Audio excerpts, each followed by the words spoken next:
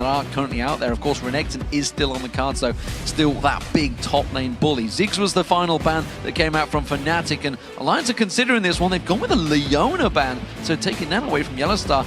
Does that mean they want to go Morgana? You know what, I also think with the Leona ban being taken away, they're forcing Yellowstar either onto the pokey supports like the Morgana and the Karma. Alternatively, they're trying to get their hands on Thresh. I actually think Nif's Thresh has been phenomenal lately, and it is definitely a consideration. Well, it shows what they wanted to do. They wanted to get the speed out there. Kha'Zix gets locked in instantly for Fnatic, but it does mean Alliance have that Rise option available to them, and the Karma, which was used very well by the Copenhagen Wolves against them yesterday. There's a lot of mobility already on the side of Alliance if they want to go that route. Now, when we look at Cyanide, he's locked in that Kha'Zix. It's not one of his most played champions of late, but he has picked it up during Super Week. I feel like that is a great denial from Shook, but there is still the likes of that Elise and that Lee set up and available who are still very strong in the laning phase. Yesterday, Jankos destroyed with that Elise. He had a very good performance. So we'll see how they decide to lock in, knowing there's no pressure because the jungler's already taken off the table. It does allow Fnatic to potentially take Lee Sin, deny that from Shook, and give it to Soaz in the top lane if he wants it. So Rise and Karma both locked in. We'll see what happens. Karma's really risen to prominence, but quick lock-ins from Fnatic once again. Lucian and Soraka making a performance. Now the question is this a support or is this Pekka in the mid? So High from North America has been running Soraka mid lane. There's a lot of pros talking about how powerful she is in that role. Earlier today, SKTT1 ran her bottom lane. So the options are there for both. My instinct is to think it's going to be going mid lane, but we'll need to see how the rest of these picks and bans filter through before we know for sure. Well, the speed and mobility options open. We can see Lee Sin being considered. That's going to be Shook in the jungle, and of course alongside him. And this is exactly what you touched on. The fact that Elise was very strong for Jankos and probably brought it back to people's minds when they saw the devastating performance that Jankos performed on Gambit. So even in the recent changes, Elise has lost some of her damage to champions, but not so much that she's not still a threat. Her biggest knock was in her clear speed by reducing the damage she deals to neutral monsters. So at this point in time, I still think that's a good lock-in. I like the combo that we've got from Alliance so far. You've got fairly good poke, you've got wave clear, you've got a strong front line with that Rise and that Lee Sin. The only thing that I'm not 100% sold on right now is safe wave clear. So if Alliance are ever forced into a defensive siege, they're relying on their support in their jungler for their AoE and the splash damage from Tabs' rockets. It's a little bit risky for me if they ever fall behind. We'll see what their final pick is, because if they're safe wave clear in mid, well, that answers all my questions. Yeah, and we'll see how it works out. At the moment, there's the speed and mobility that Karma offers, but there's very stagnant play from Alliance. I think it's safe to say. There's not quick disengage. If those flashes are down, there could be problems, but we're looking at Fnatic to see what they're going to lock in. There is one thing that you do need to note about Alliance's side. You have a single target root, single target cocoon, root from Rise, root from Karma. The moment Alliance decide to kill somebody, they have a on-hit rune prison, which can be followed up by cocoon, which can be followed up by a snare from Karma. Somebody will die the moment Alliance engage. Holy locked in both Kayle and Janna. And alongside Soraka, there is some huge healing there, Trevor. I don't know what the hell they're going to have to do to take down Fnatic here. This is one of the things I dislike about being in this position, because I don't know where these champions are going. I'm going to theorize that this is going to be a support Janna, mid lane Soraka, maybe top lane, and Kayle in the respective opposite. The reason I think this is going to be support Janna is because Fnatic have actually pulled out support Janna the spring playoffs of last year. It is a long time ago when Enrated was still playing for them, and it offers so much utility. When you've got Rise, Karma, Elise running at you, you just instantly pop that Monsoon down, it gets rid of all of them. If Karthus gets locked in, you have the same situation. The one thing that Fnatic do not have right now is a traditional team fight composition. They want to outlast you with heals, with intervention, with Monsoon, with Soraka. There are 2 summoner heals right now. So if Fnatic ever get in a situation where somebody gets bursted down, they will instantly lose the rest of the fight, because their champions need to draw battle out. They need Soraka to get a bunch of star calls down, have Kayle shredding armor and ML with Righteous Fury and melting people through as well. We'll see how Fnatic plays it, because there's no room for error in team fights. Double heals as well at the moment for Fnatic on the summoner spells, as well as the 3 healing champions. This is going to be a high sustain Fnatic, but is it lacking in damage? So, traditional damage, yes. Yeah. It is lacking in traditional damage. You don't have your Ryze or your Karthus to burst people down. But Ryze is going to build tanky. Elise is going to build tanky. What both Karma and Kayle do is shred through those defensive statistics. Built into their kit, they reduce your defensive power. So assuming that Fnatic do not get singled out by all of that single target CC and lose somebody very quickly, they can prolong a fight. Because remember, if a Cocoon in a Room Prison and Karma locks you down, well, Intervention is going to save you. Oh, bugger, we're going to lose them again. Well, then Wish is going to save you. Oh, my word, Alliance are still pushing on. Fine, then I'll Monsoon and then get rid of you all and reset the fight. There are tools there, but Fnatic cannot mess them up. Yeah, it's going to be a tricky fight, and I think we're going to see some prolonged team fights as well. We'll see how it works out. Let's take a quick look at the votes, though, to see who you think will win this one. I've got best of 3. According to the numbers, wow, 74% of you have voted for Fnatic. The Fnatic fan base coming out strong for this one. No surprises. No surprises at all. And you know what? If you looked at Alliance yesterday, I would think that's not a bad fight, not a bad vote. Alliance really struggled against the Copenhagen Wolves. And with this very, very interesting composition of Fnatic, I feel they do have the tools to deal with Alliance, but we'll need to see how they implement it. Well, here we go, ladies and gentlemen. We're about to get underway. It is the semi-finals of the spring split. Fnatic up against Alliance. Fnatic are going to be starting out on the blue side. Don't get yourselves too excited yet, people. And Alliance will be on the red side. We're 2 for 2. Froggen was on stage yesterday. We did have some pauses at the beginning of the day. Of course, it is Alliance. Froggen on stage they again continue today. to carry it through, yeah. Scumbag Froggen. Well, it's the CLG to EG to Alliance curse. It just continues to follow these players.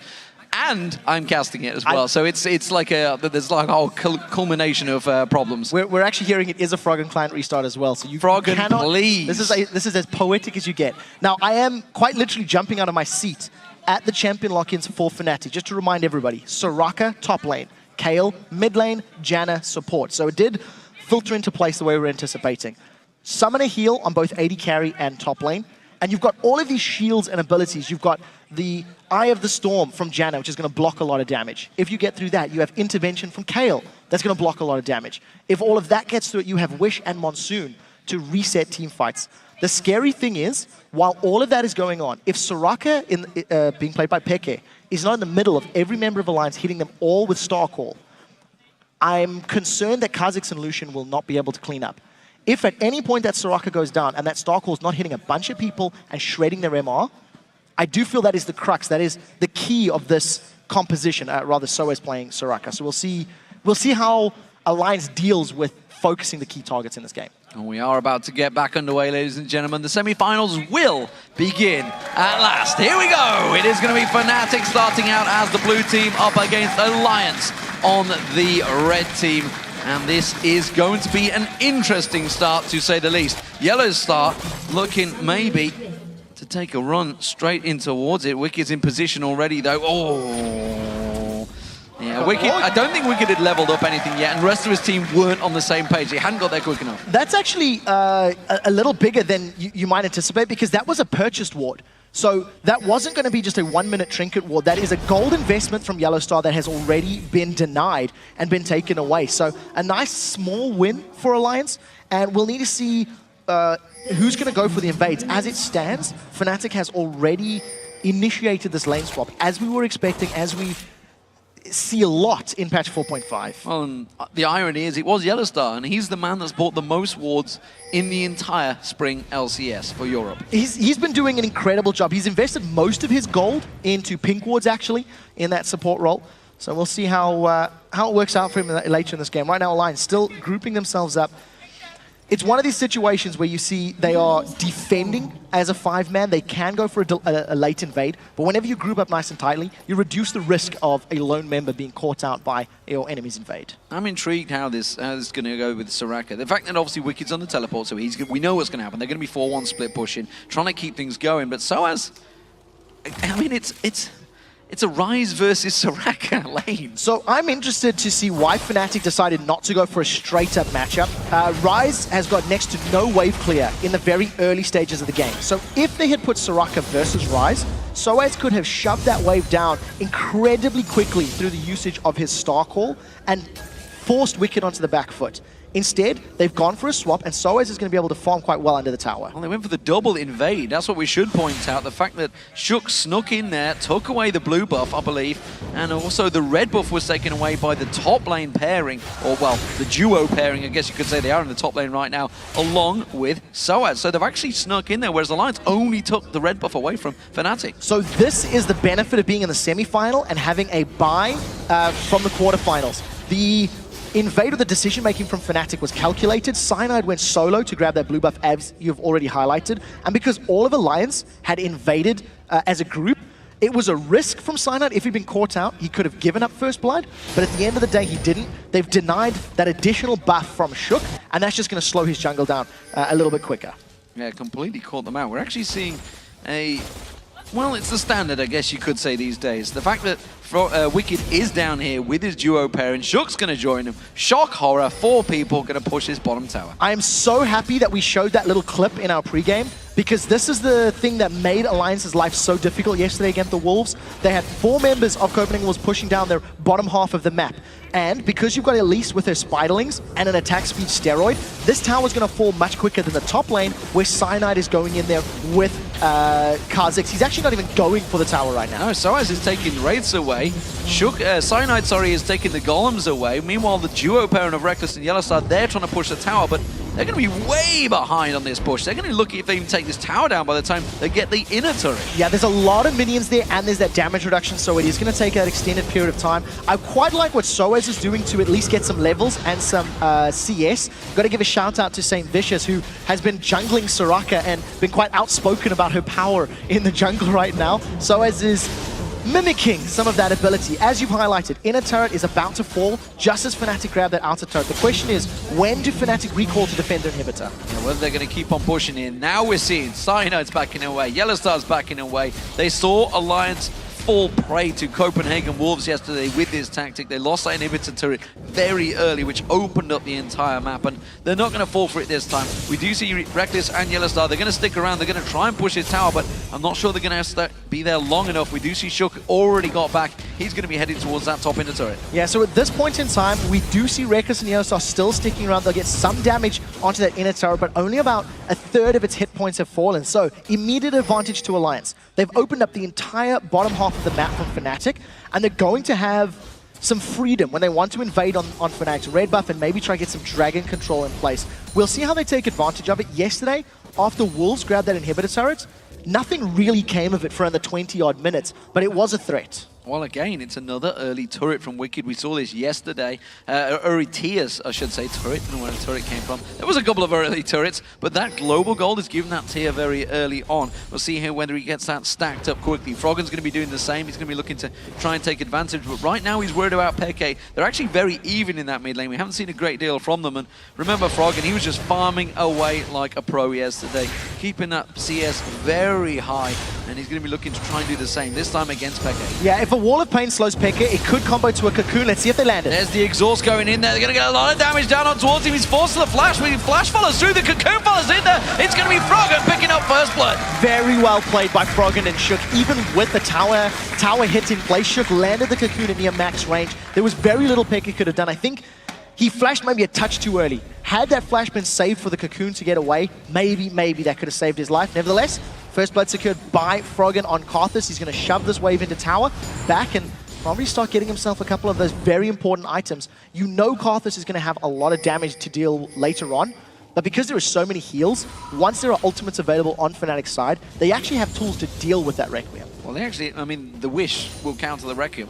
We'll see what the ability power will stick to. We'll see how Soaz builds it as well. But it will be a fairly reasonable counter. And if they're all grouped together alongside that Monsoon, there's a whole lot to counter. It increases the margin of error. A rank 1 Wish heals 150 based hit points, and a rank 1 Requiem deals 250 damage. Yeah. So you factor in magic resist to reduce some damage, and you factor in the heal, you're going to have that small margin of error. But, you know, Reckless, he doesn't have barrier this game, and the reason I highlight that, Reckless has given up 2 or 3 deaths a split because of Bravado not making him use his spell. Hey, a Requiem's coming down. It was actually against Froggen's Karthus, and he didn't pop his barrier. He died to that Requiem. He can't afford to make those same mistakes here today, especially on Froggen that's already got a kill. Well, speaking of Reckless, he's got that CS advantage early on. They haven't been against each other. Shook catching out Yellowstar there as he tries to keep that pink ward safe. They're actually closing in towards him. Peke goes aggressive. Shook taking a lot of damage. Cyanide gets in. He's going to get the claws down, and it's Peke with a kill. Yeah, very well played. Shook just getting slowed from so many sources. Slow from Zephyr, the slow from the Void Missiles, and of course the slow from Kayle. Just keep Shook in place long enough to get the damage down. I think this is a little bit of a brave call. Remember, Teleport is up for Wicked, so if Dragon were to start, he could join the fight. Soaz does have Wish available, but he can't actually join to cast any additional abilities. I think Fnatic were simply teasing the Dragon to see what sort of vision Alliance had of that pit area. It seems the immediate reaction really simply calculated and backed away from that one. No doubt about that one. So, bot lane, they're finally up against each other. Let's see what they can do. It is a Karma and a Jinx, so the poke you would feel is going to be with the Karma, but Reckless has done a very good job at keeping that CS going. You can see Tabs has managed to rein it back with that last wave. Yeah, there's also a level advantage on Fnatic's side. Thanks to the additional time spent alone in lane, they have got that slight advantage in some trading, but the great range of both Jinx and Karma is making Yellowstar's life a bit difficult. This is a risky lane for Reckless and Yellowstar, because if they don't have vision control in the jungle, they are at threat of being invaded. The moment Shook decides to come in from behind, comboed with a Requiem, they could be at risk of going down. And this was a good amount of damage, completely uncontested, as Froggen went to grab his own blue. Yeah, remember, if you have just joined us, it is only 8.5 minutes in, but those bottom lanes are all gone. Those turrets aren't down. Cyanide, he's evolved his ultimate there, so he's going to keep himself that damage reduction. Kind of the standard Kha'Zix these days. We are going to see the blue buff going across the Peke. That's going to be much needed. We'll see whether Froggen gets his blue buff, because remember, yesterday, up against the Copenhagen Wars, he has got it on him now. It was taken away from him so often, and actually, if you heard Fnatic, of course, at the start of the show, they were talking about how they need to shut down Froggen, take that blue buff away from him. We'll see what exactly they do in their gameplay to try and capitalize on that. Yeah, it's gonna be quite difficult, because not only did we see the Wolves grabbing a lot of blue buffs away from Froggen yesterday, when blue was available, if I remember correctly, it was Shook that even grabbed it. I remember we were highlighting the fact. Now Shook has snuck himself into this bottom bush at the moment, and you're just gonna be looking for that cocoon to land. It doesn't look like Yellowstar and Reckless are pushing too far forward yet. Well, they've got Cyanide joining them. There we go. Quick pop towards Shook. I'm not too sure if that gave his position away. I don't think it did. You would have seen Reckless and Yellowstar backing away much faster. But Cyanide is close by. We do see the ultimates are up from both these. There's the ward. Gets away from the cocoon. The speed burst comes out. Shook going deep on this one. The rest of his team not on the same page there. And now you see the Culling doing a lot of damage onto Shook there. Cyanide's going to now join them, and they will chase Alliance back on towards the tower. A little bit of miscommunication there. Shook was going in, and neither Tabs nor Nif followed. So, over-aggressive. Shook has already given up the first kill of the game on his side of the map. And this is the first time we're seeing this now Soraka versus Ryze matchup. Already, you're going to have Soaz, again, pushing this wave. We're expecting him to do this over and over. Starcall is such a great pushing technique, and thanks to the silence and the heal, any poke that Ryze puts down is going to get regenerated very, very quickly. So I think Soaz is in a superior position when dealing with a one-on-one. It may end up being a farm fest, because Wicked has to stick around for an extended period of time before he's going to get killed by all of those Starcalls from Soaz. Alliance just getting an early warning system, wondering if that Dragon was going to get tufted off. Those bananas continue to go from Soaz, continuing to toss them out to Wicked. Well, of course, he's been well aware of that. And the old flash banana that came out from Crepo many moons ago up against Moscow 5. Soaz takes a tower hit there. Not sure he wanted that one, but you can see the damage and he turns around. Even taking tower hits, just heals himself up and keeps putting punishment onto that tower. Yeah, you've got to remember that with the Astral Blessing, the W of Soraka, it's going to give you that bonus armor as well. So he can afford to heal himself after taking a turret hit before the turret lands, and it reduces the effectiveness or the amount of damage he's going to take. I think Soaz is going to be playing a split push game. If he can stick pulling up members of Alliance towards him, it'll open up towers and objectives elsewhere on the map to allow Fnatic to get to them. And look at that, that's 2 or 3 Starcalls and the wave is instantly deleted. Yeah, taking it straight down. Wicked making sure he got that Negatron cloak very early on. Actually changed his build, of course. He would have been trying to stack towards that Rod of Ages as soon as possible. Froggen doing exactly the same. This is exactly what we saw from Alliance. It worked well, and we know what to expect from Alliance. They're going to sit back, absorb the pressure up to the 30-minute mark. That's when they're going to start hitting that power spike. Peke not being allowed back. We'll see what he does with this Kayle. Now, it's quite interesting to see all of the supports in this game when you consider Soraka, Kayle, Janna. And they're protecting Lucian, who is a great AD carry, good laning phase, good mid game. But I feel that the later we go into this match, the more I like the Jinx. Now, Shook, he goes for the ward, he's getting caught again. It's the exact same spot. He got caught out last time. They haven't really got the backup damage this time because Peke is not there to join them. Nif comes up. He's got that inner flame. He's actually going to try and draw them away and instead has to use his flash. Well played there. Shook not out of the danger yet. He's going to get taken down. Where's he going to repel to? He's got nowhere to go. He's just going to drop straight down. And Reckless gets himself a free kill. So again, Shook just a little bit out of position, playing very greedy, going for that ward. 3 members of Fnatic collapsed on him, and it almost feels like Fnatic anticipated that movement. They were instantly jumping on him. Look at the amount of vision. Oh, that even goes wide. Look at the amount of vision that Fnatic have around this Dragon Pit. It is great control, which is allowing them to go very aggressive, grab themselves another kill, and the first Dragon of the game. Easy objective control for Fnatic. That puts them in the gold lead for the first time. Remember, those towers pushed early on by Alliance gave them that advantage, but you can see Fnatic starting to turn this game now. Soaz has joined the team and they're just continuing to drive the pressure on towards that turret. We'll see how Alliance decides to respond, because as we were talking about, the fact that Fnatic are going to have all of these options to protect either the Kha'Zix or the Lucian in these mid to late game team fights. Oh, that's a Requiem. I'm not even sure if that was just to annoy people or a misclick. That's... Well, Requiem's on cooldown. Well done, Froggen. We'll need to follow up with him. Nobody was low enough. It could literally have been just to annoy Peke. Maybe there was a call somebody's low and Peke stuck around a little bit. Well, he's definitely low now. He's going to get forced away. There was the flash being driven out. Alliance actually using it to try and push him away from the turret. That's got to be the only course of action I can consider, because that was a very random ultimate coming out from Froggen. In a moment, they are going to keep them back here, and they're actually worried about this one. Peke being very brave. Remember, he has that intervention, doesn't need mana to use it anymore on Kayle. So noticing that Shook and Wicked were very close by in that mid lane, the only theory is that Froggen was trying to delay Peke. If Peke had backed off and continued to recall, it would have allowed them a couple extra seconds to get on the tower. But thanks to Janna and Kayle being in range of that turret, getting that Eye of the Storm and blocking some of those auto attacks Alliance are putting down, they actually hold on to the mid turret. And all of a sudden, it's Fnatic that are getting some additional damage on this mid turret. Look at the power of that Eye of the Storm. That's the first real damage that this duo has taken from 3 tower hits. Soaz and Wicked continue their solo journey, and at the moment it is Soaz out farming Wicked. Wicked probably wasn't quite expecting this lane matchup, I don't think, unless they've had some sort of insider knowledge on what Fnatic had been doing. That turret very low now in that mid lane, and that would be the second one of the game. Blue Ball Steel coming on here. Again. Cyanide once again taking this away from Froggen. It's what they said they were going to focus on. It's working so far. Yeah, and they're doing it very, very well. Because of the pressure on that mid lane, multiple members of Alliance were roaming to defend. This has opened Wicked up to a gank. He's recalling Cyanide and Reckless. They need to go in quickly if they want to interrupt it. Inner Flame's going to come out. They try and catch him out and towards that white. It causes Wicked actually didn't back away. He's sticking around, and the rest of his team are going to rotate. They want to hold this turret as long as possible. Yeah, at this point in time, Alliance need to hold on to the towers. They've got a composition that needs to scale up with time, and they don't want to give up more objectives. If Fnatic get control of Alliance's jungle, which they've actually done a pretty good job of so far, they can deny more objectives. Look at this top lane. Peke is making his way up river. It is going to be Tabs continuing to push through, but he's all on his own now, and Peke is going to be coming around the back of him. We're going to see Yellowstar closing the gap here. I'm not too sure how this one's going to go. Well, I'm pretty sure it's going to be Peke taking him down. There's the exhaust being used. Remember, the Requiem is down. He hasn't got it available. Intervention used very early on. Tries to get the slow. Hasn't got enough, though, with the shield coming from Yellowstar. It was only going one way, and the wish, of course, from Soaz. That's not...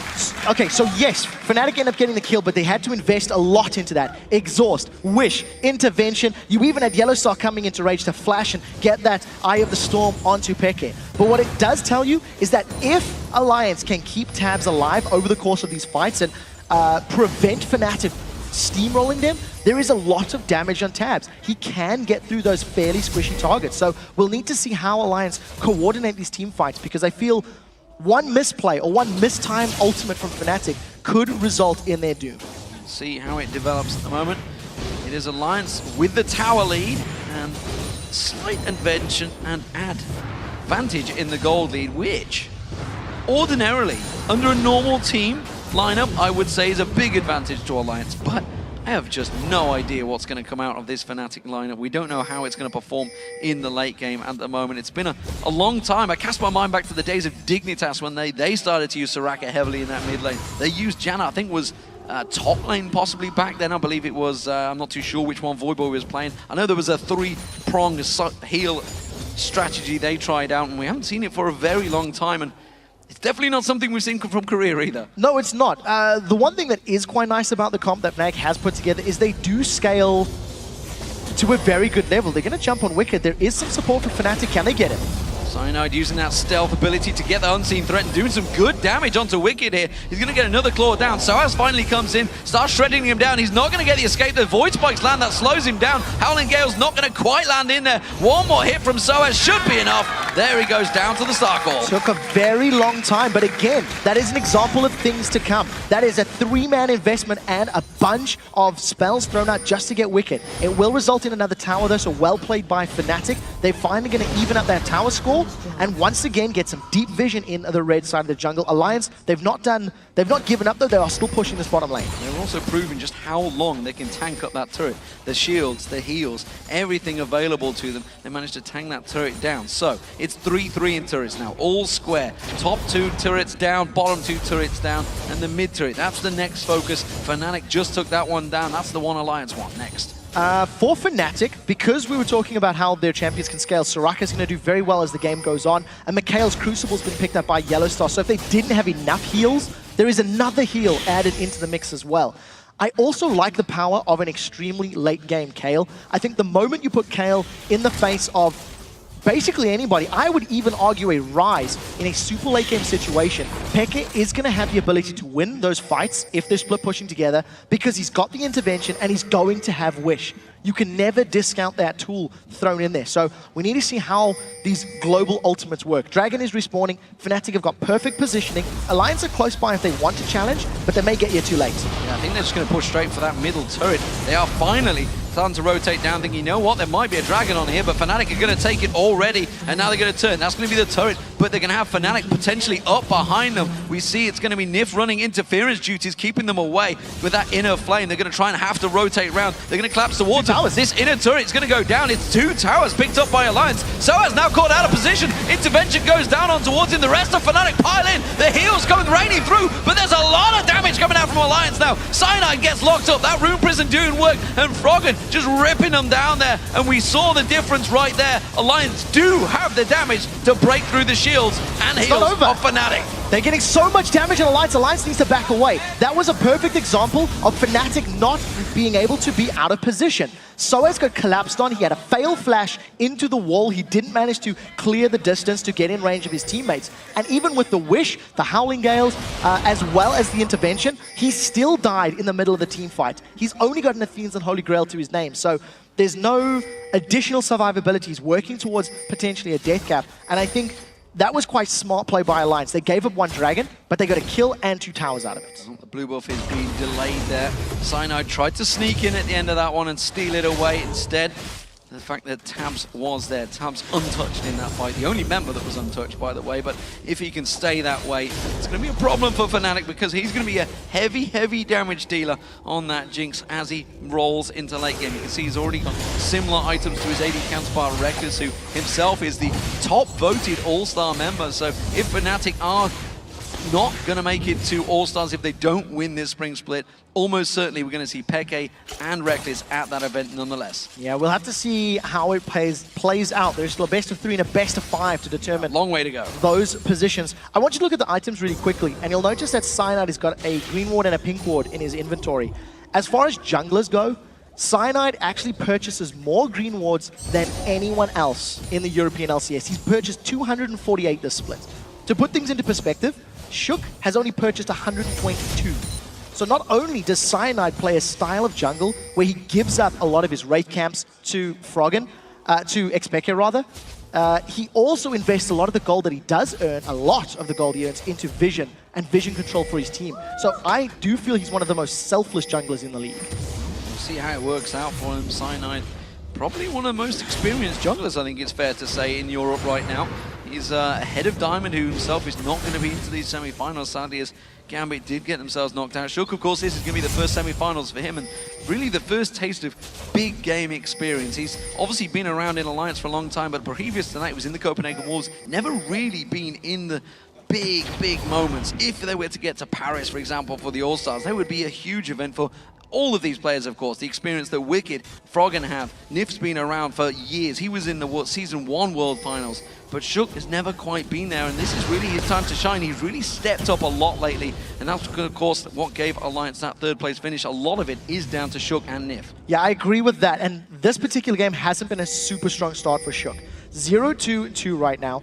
Both of the times he's died, he has been somewhat out of position and he hasn't had the support of his teammates. And this is a very high pressure game right now. Fnatic, they've had some good moves around the map, but they've got this non-traditional composition. So the moment Alliance were grouped up as 5, you instantly feel like, well, Fnatic are in a little bit of trouble because there's no margin of error. They cannot be out of position, they cannot mistime their abilities, or they run the risk of giving up towers and team fights. Now, Alliance grouped up as 3 members in this top half. They're going to get a lot of damage, and Tabs is melting this turret. Out of position completely. Meanwhile, the bot lane, we do see Peke. He's chasing on towards Wicked. We do see the wall of pain going down. Wicked's going to try and run for his life while the rest of the team fight and duke it out in that top lane. There's nothing really to prevent the teleport here, though. So if he wants to use it, he needs to get out of there. He's going to have to do it pretty soon. Has got that flash available. Does skip over the wall. Peke's not got his flash to follow. Meanwhile, back in the top lane, Cyanide chasing on towards Alliance. They are forced to back away from this one.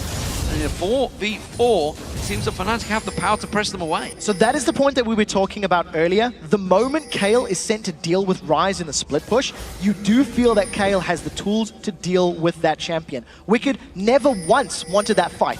The moment Peke ran towards him, Wicked was on his back foot. He was running away. He's got boots of swiftness as well. Got that additional mobility when he throws down his ultimate as well. So really, really didn't want to engage. Regardless, Fnatic defend the top inner turret. Now they're looking for a fight. Have they caught Nif? They have caught him out. The culling being used out there is going to land a lot of damage. Nif taken very low from this one. Alliance, though, they're not interested in a fight. They're not interested in pouncing for it. Fnatic trying to force it, but they're just buying time. Wicked pushing down that bottom lane again. It has teleport, remember. There's no towers to stop him getting towards that inhibitor. Now that's the advantage that Wicked has on his side of the table. Because he has teleport, he can join those fights as they break out. Fnatic, once again, they are playing a very high-risk comp, because if they are out of position, you've seen it. The top inner turret took all that damage. They lost 2 middle turrets because they didn't react quickly enough to Alliance's positioning. What we've seen from Fnatic, their aggressive plays have stalled. I'm going to go out and say it flat out. They were invading to steal blue buffs. They were controlling dragons, and now they haven't been able to push past Alliance's jungle line in a while. So in order to regain control, they need to get a convincing team fight to push down that inner mid or inner bottom turret, as well as more vision. There's no Fnatic wards on Alliance's jungle, and you compare that to the first 15 minutes of the game, it's chalk and cheese. Well, they're going to try and lock on towards Yellowstar, gets caught out, Wall of Pain goes down. Lei Weiss has to use his Monsoon to try and keep him away, simply keep himself alive there. That's a big ulti that could be down in the next team fight. Dragon is just spawning. Yeah, we'll see how it affects Fnatic in these team fights. I still feel in a big 5v5 situation, they need to make sure they get somebody on the front line tanking up the damage and focus all of their shields and interventions on that champion. All 5 members are facing off against each other. Look for a cocoon or a route to land to be the start for Alliance. They didn't want to go in there. Cyanide is known for stealing away these buffs, and he is lingering, waiting in the wings. He has evolved those wings, has flash available, so he could easily get in and get out with that smite. However, he's up against Shook on Elise. He's going to be very hard to out-duel here. Cocoon does not quite land. Cyanide, poised, ready, jumps in, doesn't get it, has to try and get out of there. He's going to get locked up. Intervention being used. The rest of the team close the gap on towards them. Shook in the backside. He's stuck in the pit. Wicked now stuck in the pit. Peke closes in towards him. Shook goes down. Peke is getting taken low, very low. Has to flash out of it. Froggen trying to keep the rest of the team out. They may try and chase on towards this one. Everybody disengages. Shook the only one to go down, but they got the dragon. Yes, they got the dragon, so net gain is still sitting with the Alliance. But what we did see from Fnatic is how great the coordination was there on their heels and from the Wish. There was a massive spike of HP on Cyanide's bar before the Wish came down, so they timed those abilities well.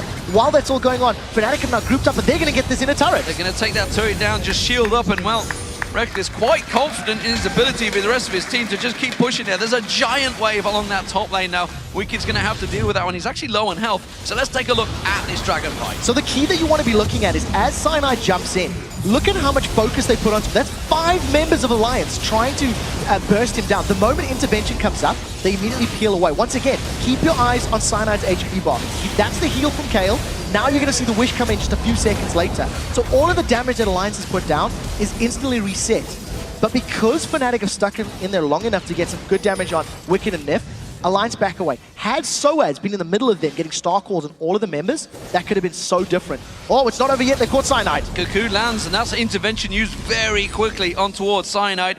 That's going to be an ulti down. They're going to move in towards the next one. They're going to try and sweep these wards out. It's Alliance trying to fight for vision control. So with Pekka's build right now, it's a 45-second cooldown on that intervention. That is a very short timer. He's not even level 16 yet. That will still get marginally lower. The one thing I do want to highlight that I just caught when we watched that replay is the moment Fnatic decided to challenge for that dragon, they had top, middle, and bottom lane minion waves pushing in their favor. So if they had kept Alliance together and delayed and dragging that fight up, their minions were playing and doing some work for them. So that was actually quite smart timing on their part. But we'll need to see how they take advantage of it, because now Tabs and Wicked has pushed out both side lanes back towards Fnatic. And despite the drastically different builds there, Yellowstar's going to... No, you're not going to... I don't know whether he was expecting Yellowstar to step forward or what, but he didn't aggressively Baron there. You can't throw a cocoon at Baron. You're not going to land a gigantic cocoon over his head. It's not going to work out for you, Shook. What I was about to say is the fact that all the lanes are actually very even. You look at the 2 top laners, very close in CS. The mid lane is very close. The AD carries, all very, very close. Even the junglers and supports are tight. The gold is overall, it's only 1,000 gold difference moving into the 30-minute mark, despite vastly different team builds. Yeah, and it's very interesting because for every move that Fnatic has initiated, Alliance have responded with one of their own. I want to highlight the Alacrity boots that Wicked has picked up. At default, with his boots of swiftness, he's got a movement speed of 424. When he throws down his ultimate, it gives him a flat 80 move speed. So he's going to be bulleting to the back line.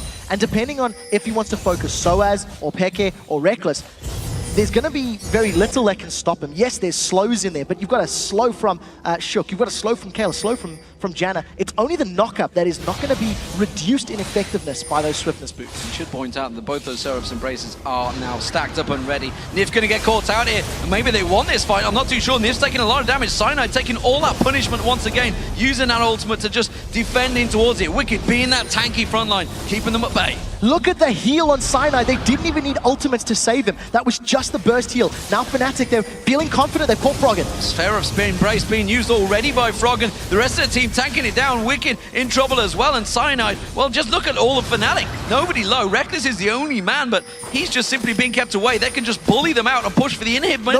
Nobody's ever going to get low on Fnatic in extended fights because the heals. They've caught Soaz. Intervention being used. Cyanide jumps in on towards Nif. They can't take him down. There's the Wish going down. There's the Monsoon. Suddenly everybody is topped off on health for Fnatic. Alliance still trying to cut the damage down on towards Yellowstar, taken low. Tabs does manage to get the execute on towards him. Gets excited, but Shook now taken low. He's going to have to repel. He's got no wraith to jump to. Have to jump back into the team. Cyanide goes in, but Froggen gets in amongst them. He goes down. They're all in the Defile right now. Froggen's going to put the Requiem down. The heal comes out once again. Reckless taken so low, but he's running into the base. Alliance are going to try and trap around him. Wicked's coming down the mid lane at the moment. They're trying to catch on towards him. Tabs gets the tome. Gets on towards Reckless. Can they catch up? Nif comes in. Inner Flame goes down, but still, they don't have the damage. It's a 2 for 2.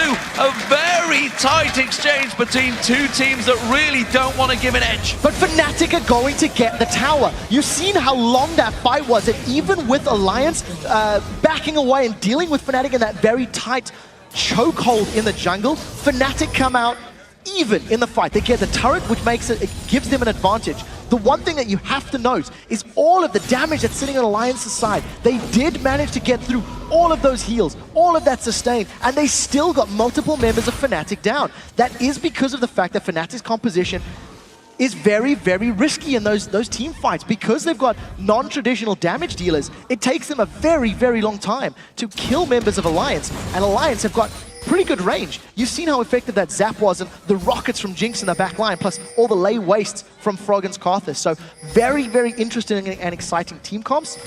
And it's going to come down, like Kevin said, I believe in the opening of the show, whichever team makes the bigger mistake is going to lose this game for the team. And you could argue with the enclosed tight space, it was ideal for Froggen on Karthus there.